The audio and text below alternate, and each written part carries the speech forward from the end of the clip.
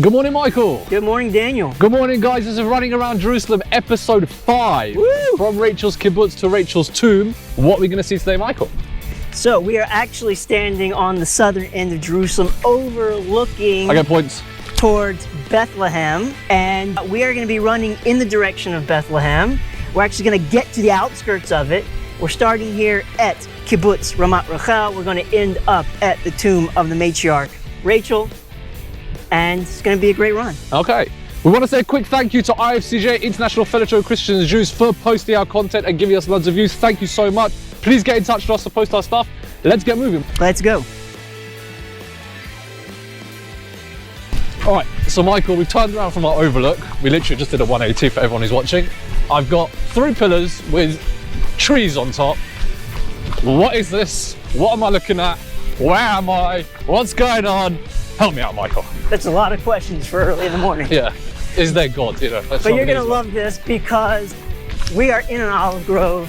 These are olive trees. Definitely.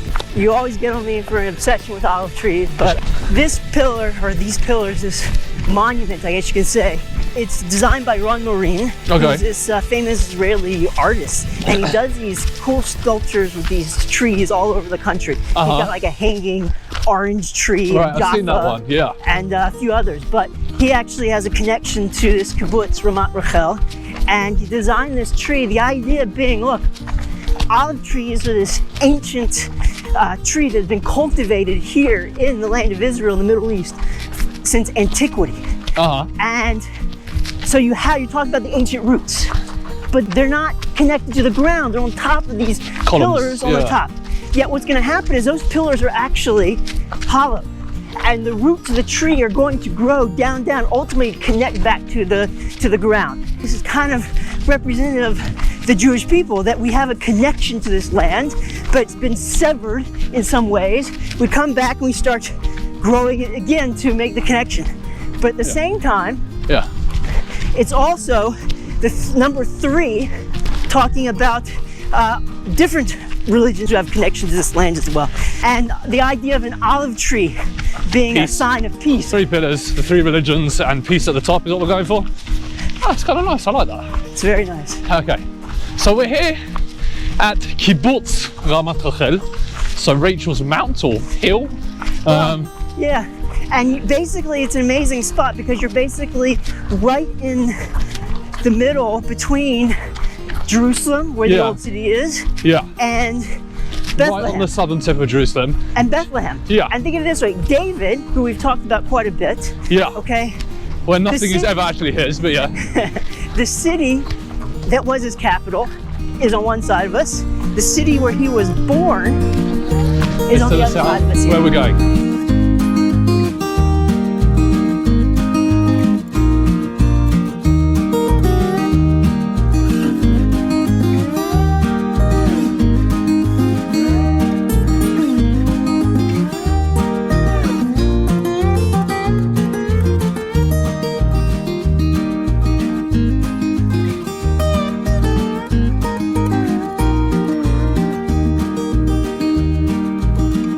Okay, Michael, so just for like 2 minutes of explanation for lots of people out there, I feel lots of people have heard of a kibbutz, or maybe have spent a summer on a kibbutz in their younger years.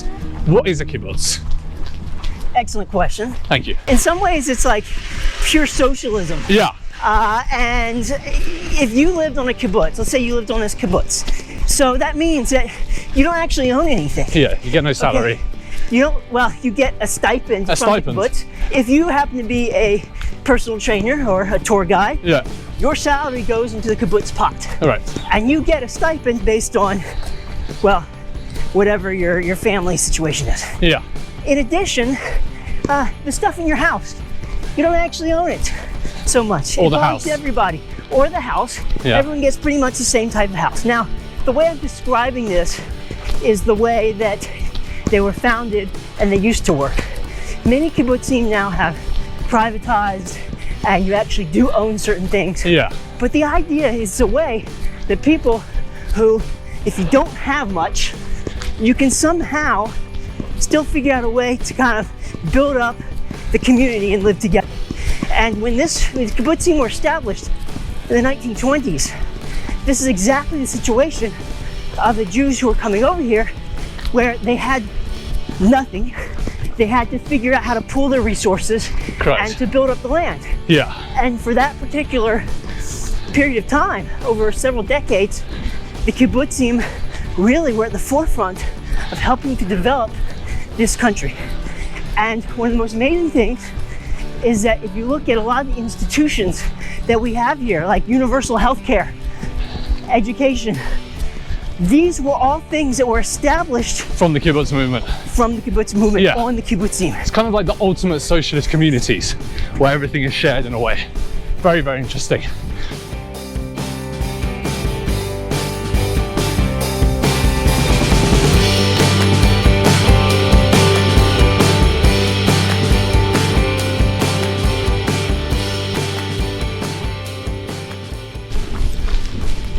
Okay, thanks for that little overbrief.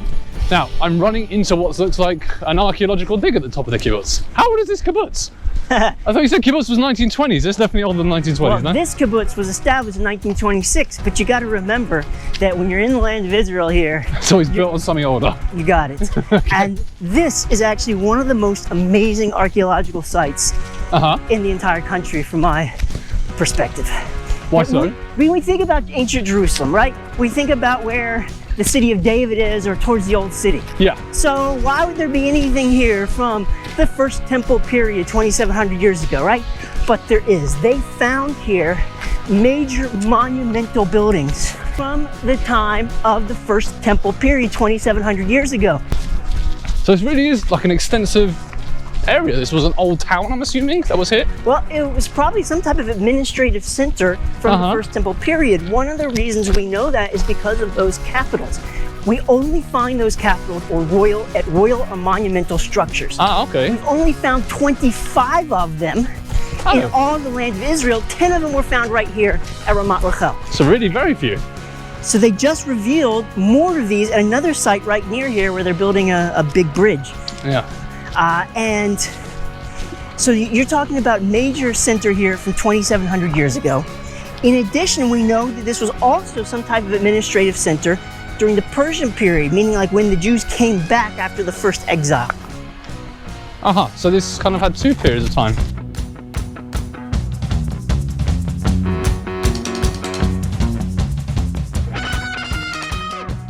Right. Well, it's interesting you say only two periods, because it's also going to be in use during the Second Temple period. There's going to be a hostel here for pilgrims that are traveling up to Jerusalem. There's also going to be its use for the same reason, except different religion, during the Byzantine period for Christians who are making the pilgrimage. So this spot actually has quite the history. Oh, right. Yeah. So it's quite a few different bits and pieces to this history. Wow, it's really amazing. Okay, so we've talked about this archaeological dig, which had a very long historical significance actually. The kibbutz. Interesting facts about it? Is it something? It's a fascinating kibbutz. Okay. It was established in 1926. Okay. But burned to the ground 3 years later during the Arab riots of 1929. Right. They come back, they re-establish the kibbutz, and it's going to play a significant role in the War of Independence in 1948. Because ultimately, Kibbutz Ramat Rachel is going to be the last Jewish stronghold before Jerusalem. And in 1948, you have both the Egyptian and the Jordanian armies, which are kind of converge on this kibbutz, coming up from the south, and the kibbutz holds. Right. And they basically, this kibbutz saves the Jewish part of Jerusalem during the war. That's incredible. All right. Okay. So we're literally running through some of the older parts of the kibbutz today. So we're actually, this is actually pretty interesting because this kibbutz is privatized today, right? I don't think so. Oh, is it? Okay. I don't think so. But this is one of the most incredible places of the kibbutz, and that's their hotel that they have. Right. Why so? Well, it's a really nice hotel, wonderful food. So the hotel is actually one of the main industries that this kibbutz has. And that's why they earn their money. It's a wedding hall, right? And they have a wedding hall here. It's a beautiful place to get married. Right. But why am I bringing this up? Because I don't know. If you remember, I said that in ancient times, in the Second Temple period, that this used to be a guest house or hostel Right. for pilgrims that were coming through. Right, right. Well, after the Independence War in 1948, the government essentially kind of abandoned Kibbutz Ramat Rachel because they didn't think that it was going to be a viable kibbutz. So the members here basically switched from the raising livestock and whatever they had, and they opened a hostel in the 1950s. And it was wildly successful. Right. And that ultimately is what their income is going to be based on. So really, they went back to their ancient roots from 2,000 years ago in order to be able to. So this place over the generations has basically formed itself on the fact that it's the last stop before Jerusalem and it's a good place to stay. You got it. You got it. And you're sitting on the hill overlooking Bethlehem and overlooking Jerusalem. So kind of in the perfect spot. So really this place has been, over the generations, a place to stop before Jerusalem and sleep over. It's really amazing. It hasn't changed its industry for so long. So you said that Christian pilgrims also used to stay here? So we are coming down the mountain now towards Derech Hebron, right? To the Hebron Road. Why is it called Hebron Road? It leads to Hebron. You got it. Come on, kilometer 2, guys. Kilometer 2. Here we go. Keep going. And we're going to come down to the bottom of the hill, and there's going to be actually an amazing archaeological find we have here, a church that goes back to the Byzantine period called the Katysma Church. And traditionally, this was the spot that, or one of the spots that Mary rested on her way fleeing down to Egypt. I see. Okay. So huge historical significance, religious significance. So this spot, even right here, you're going to see that for Christians coming during the Byzantine period, it's already got some kind of significance here. Now, this church is octagonal in shape. Why do I bring that up? Because when we talk about the Byzantine period, we're talking about 4th, 5th, 6th centuries CE.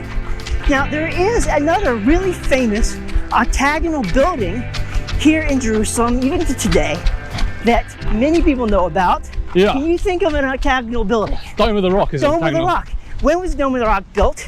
I mean, it's a bit of debate about that, but is it the 3rd or the 4th, somewhere in there? No, actually, there's not much of a debate Oh, about sorry, it. isn't there? Okay. But my bad. It was built in 691 CE.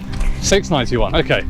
So a bit later. During the time of the Muslim rule. Right. Now, here's the interesting thing, is that when that was built, the Katysma Church already exists, which means it's possible that whoever designed the Dome of the Rock might have gotten inspiration architecturally from the Katysma Church. I see. That's a good one. I never knew that. That's amazing. So he would have looked around at what he had on the landscape, saw this church, which is octagonal, and may have thought, well, that's a good idea, let's do that. I love that. That's a great story. And this place, this country is filled of stories like that, with inspirations between the time periods that connect this one to that Between one. religions, time periods, and peoples. You got it. Christian Byzantines inspiring the Muslim rule and building probably one of the most iconic buildings in the world today, actually, the Dome of the Rock. Yeah. No? I mean, Yeah. it's definitely up there. And one of the longest standing religious structures. Right.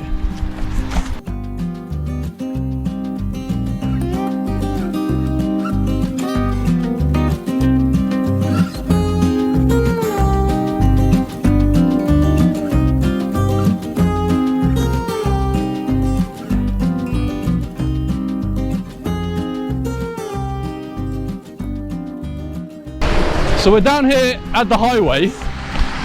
Michael, I think you got your church lost, because I haven't seen a church, man. Very nice. You have to use your imagination a little bit when you're talking about ancient history. But here we go, off to our left. Look, you've got the bases of the columns here. Right. You can see the octagonal yeah, structure that we have here.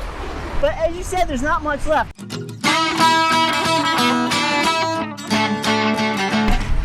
So we're gonna go off the road here because I have to show you something absolutely amazing. Look at Daniel, Michael, what do you see there's here? nothing here. I'm so glad that you said that. There is literally nothing here. You want to see a magic trick? Yes, I love magic tricks. Okay. All right, Michael, there's still nothing here. This is just some sand. Just some sand. Just some sand. Look at this. What do we got here? Come closer, you guys can see. Look at this. way! What is that? Beautiful mosaic floors that covered this entire church. That's incredible. So it's the whole way through? All the way around as far as we know. Really? And it's amazing that on the side of the road, this dump that looks like nothing. It does. Yet when you look a little closer, you get one little layer of sand, beautiful mosaics, and then it lays up your eyes. You're surrounded by these beautiful old olive trees as well in the Judean And I can very mountains. clearly see the Look, octagon. it's better than this. Yeah. So now we're on the road to Bethlehem. This Yeah. guy I know. What can By I the see way, around? both the ancient and the modern road to Bethlehem. Ancient and modern, the same road, hasn't changed that much. What can I see around me here? So I've got some interesting hills to my left. I've got this craggy outlook to my right. And I've got tons of traffic, which is not going to kill me in the middle. Well, we are going to see actually a mix of the ancient and the modern story here today. Right. And I want to start with the modern, which is going to be on our right.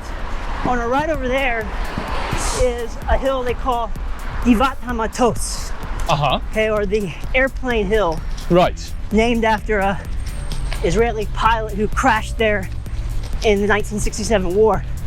But what's really fascinating about this hill Up there. is that in the early 1990s, they settled Ethiopian and Russian immigrants in caravans on this hill. On this hill? On this hill. Right. It's amazing because, you know, who thought about Ethiopian Jews? What's the story? Black Jews? Yeah. But you have a community in Ethiopia of Jews that they trace their lineage back Yeah. to the tribe of Dan when they were Yeah. exiled after the First Temple period. Right. And you had this isolated community of Jews. It gets discovered, first of all, in the late 1800s, but only in the 1970s does the Israeli government recognize them actually as Jews, Yeah. and then starts operations, at first in secret, in order to bring the Jews here to Israel. Why secret? Because in the 1970s, there's going to be a coup in Ethiopia, Correct. and they're going to end up in this civil war. They run to Sudan. So what's going to end up happening is they find a route out to Sudan. Yeah. There's going to be a few airlifts from Sudan, but the main airlift is going to happen in 1991 from Ethiopia, from Addis Ababa. Operation And Solomon. At this point, the rebels have surrounded the capital. The United States intervenes to negotiate a ceasefire, during which time the Israelis launch a 36-hour airlift operation that is going to bring more than 14,000 Ethiopian Jews here to the land of Israel.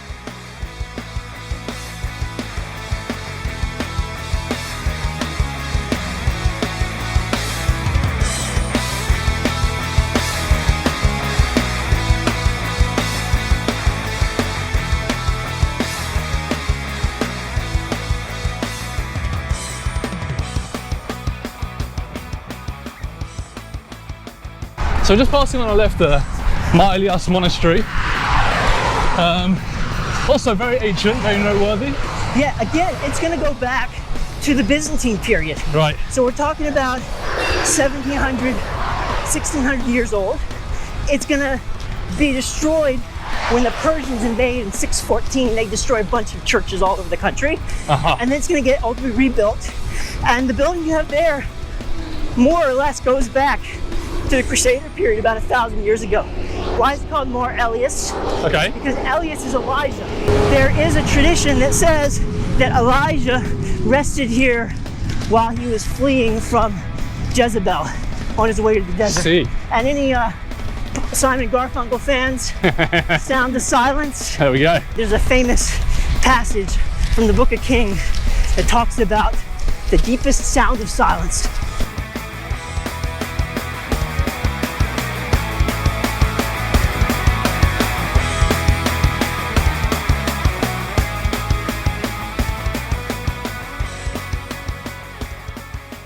Okay, so as we can see and hear, I think really what's amazing is that we're coming out to rush hour in Jerusalem, as I'm sure the viewers can see and hear, but we're running past Byzantine monasteries. We're running past an octagon church that's been destroyed, which has still got the mosaics.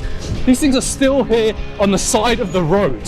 Thousands of years of history, and I'm running on a perfectly paved main road down the street in Jerusalem. It is mad that we live here. And the amazing thing is that in any other country, except for maybe like Greece or Italy, things like this would be like made into like national, like historical sites and treasures. Here, dumped on the side or whatever. It's very funny.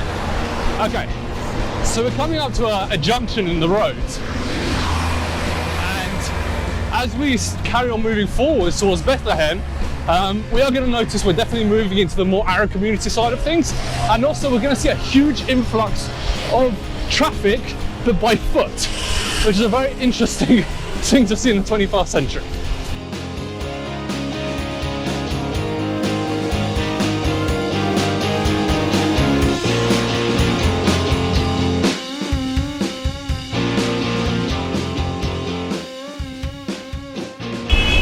Okay. All right, to save you guys some, what's the word I'm looking for? Stop and start anguish. We were just stopped at that light for like 10 minutes, just so you know. All right, Daniel. Yeah. Continue on, please. What are we seeing right here? So we're coming on the road towards Bethlehem, and as we can see, there's quite a number of people walking only towards us, in one direction and one direction only. And it's a peculiar sight. And what we're actually seeing is people, Palestinian workers who are crossed over the Bethlehem roadblock, which we're actually going to run past us in front of us, and they're on their way to work. Many Palestinians work in Israel every day. It's a very common thing, and they cross over one of the many roadblocks that connects Israel and the West Bank to come and work here. And that's basically what we're seeing. And they'll meet at that junction back where we passed it, which took us about 10 minutes to cross. And there's kind of like a Home Depot feel for any of the Americans out there, where you pick up, you sit in your truck, you negotiate a price with the workers, they agree, and off you do a day's work, or they go and work for their employer who they work for every day. I just want to make it clear, Michael and I, not really making any political comments here, just showing what there is to see running around our neighbourhood, really. I mean, Michael and I only live 20 minutes away, so this is very much the life that we see every day. 20 minutes on foot. Yeah, I mean, it's really very close indeed. There are about 70,000 Palestinian workers that come into Israel on a daily basis. Exactly, and they cross through a number of roadblocks, and these roadblocks are very, very sort of squished, and it takes quite some time to go through the security check, and they have to produce a piece of paper that they're allowed in, and there's a procedure going on. So already from about 4:35 in the morning, you'll see huge lines at most of the roadblocks surrounding Jerusalem and throughout the West Bank generally. And by the way, even this one that we're coming up to, this one's called Checkpoint 300. Yeah. It's the main crossing from Bethlehem. You're gonna get about 15,000 people coming through here in the morning. And even though they have renovated it and updated it and put in all kinds of technology in here to make it go faster, it's still going to be backed up. It's still laboriously slow. Right? Imagine like having to go through security at the airport every single day of your life. Sort of show what they go through every day. Look, and I think it also is worth pointing out that the Israeli security forces don't do this just for kicks and giggles. No, very much not. We do this in order because there is a threat of terrorists coming through, and they do this in order to try to save lives.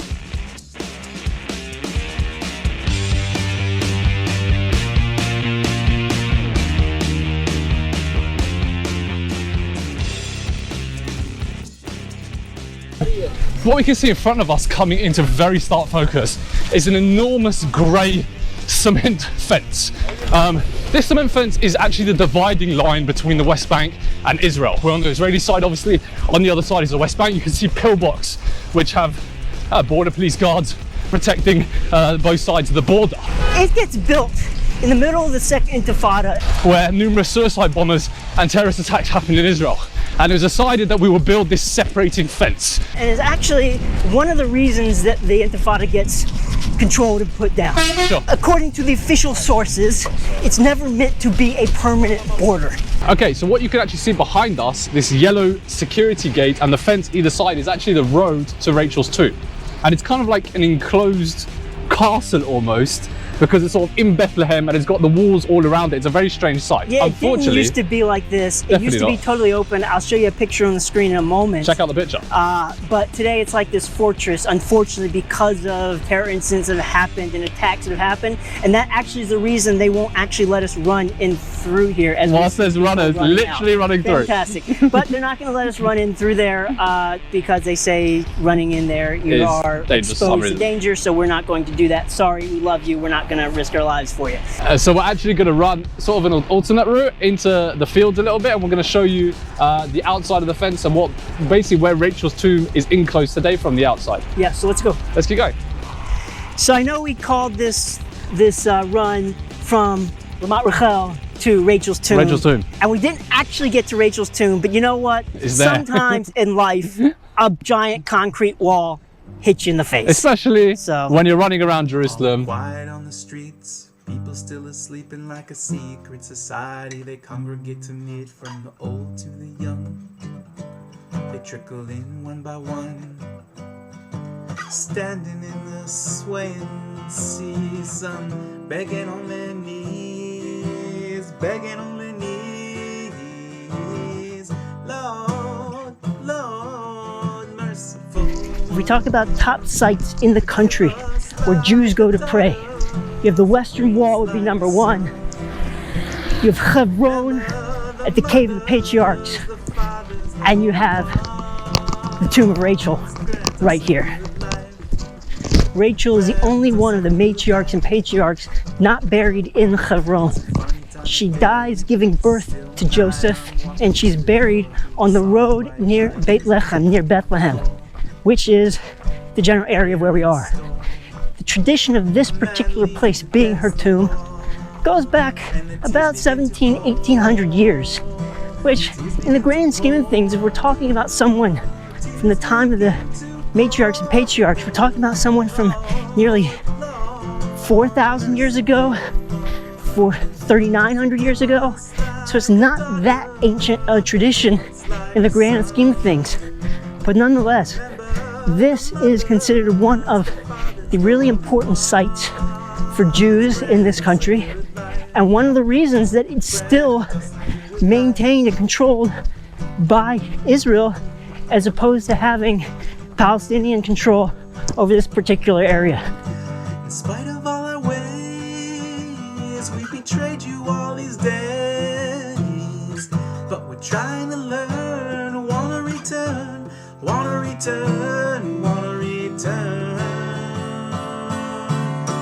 Grant us a good life, grant us a good life.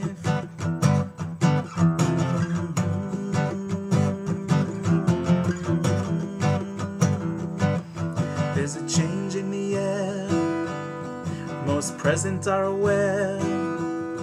They've been carried on a wing to the palace of the king. The judge sits up straight, there's a light beyond the gate. The leader steps forward, he begins to say, he begins to say, he begins to say, Lord, Lord. Rachel's tomb, just if you guys can see, is the two pillbox that are right between me and Michael and I. Sitting in the middle of that is Rachel's tomb. It really is kind of encased in that kind of compound that we can even see from here. Michael, this was a great run. Great run. Thank you, Michael. Thank you. Thank you guys for joining us. Subscribe to us, and we look forward to running with you. Running around Jerusalem, guys. Have a good one.